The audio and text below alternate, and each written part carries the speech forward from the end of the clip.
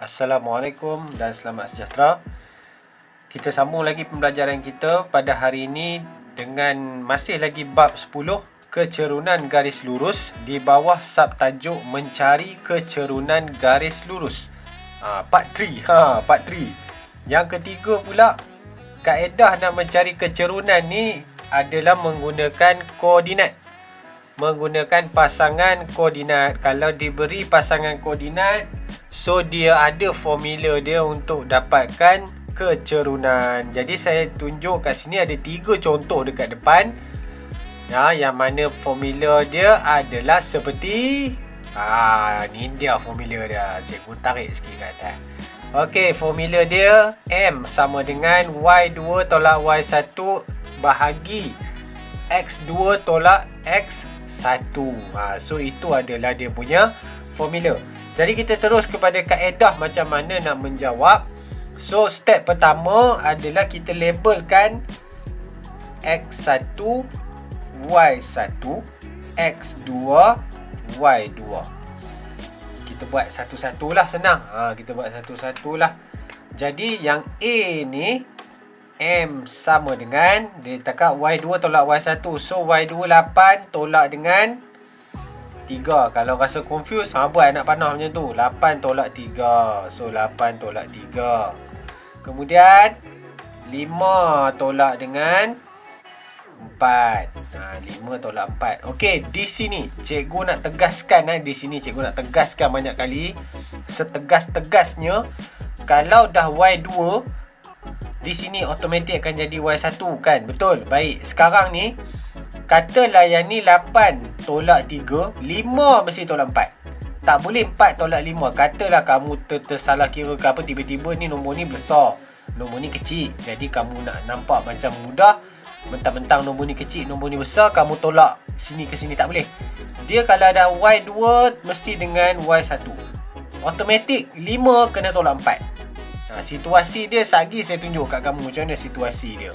Kamu tak boleh nak ambil, katalah 8 tolak 3, 4 nak tolak 5 suka-suka hati, tak boleh.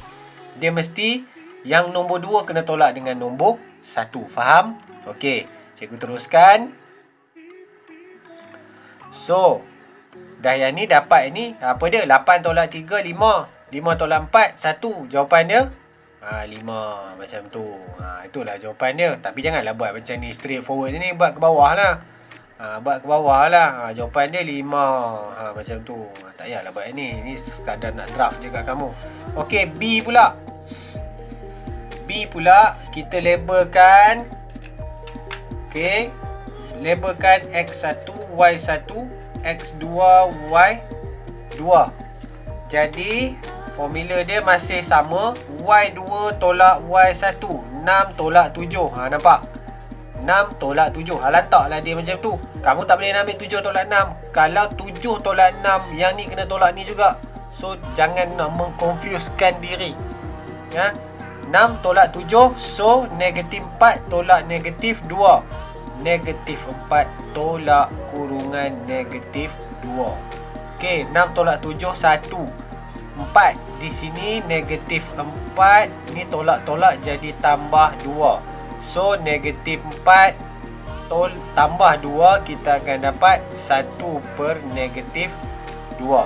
Maka jawapan dia adalah negatif 1 per 2. Ni kaedah pengiraan lah. Dan cerita kat kamu benda tu lah. Okey, seterusnya C pula. Contoh C. X1 Y1 X2 Y2. Okey, kita tengok contoh C. Dia main nombor negatif ni, mulalah dia jadi bengong sikit kan. Okey, Y2 tolak Y1. Negatif 6 tolak negatif 5. X2 tolak X1. Negatif 9 tolak 6. So yang ini kita akan dapat negatif 6 tambah 5. Yang bawah negatif 9 tolak 6. Hutang 9 hutang 6, dia jadi hutang 15. So di atas negatif 6 tambah 5 dapat negatif 1. Yang dekat bawah negatif 15. Bila ada dua-dua negatif, dia terbatal. Maka jawapan dia adalah 1/5. 15. Ini kaedah. Kalau tak reti kaedah ni, tolong pakai kalkulator. Nak pakai kalkulator, selesai belah atas buh jawapan, selesai belah bawah buh jawapan. Cikgu tak ajar saja, tak nak ajar guna kalkulator sebab kamu terror pada cikgu guna kalkulator.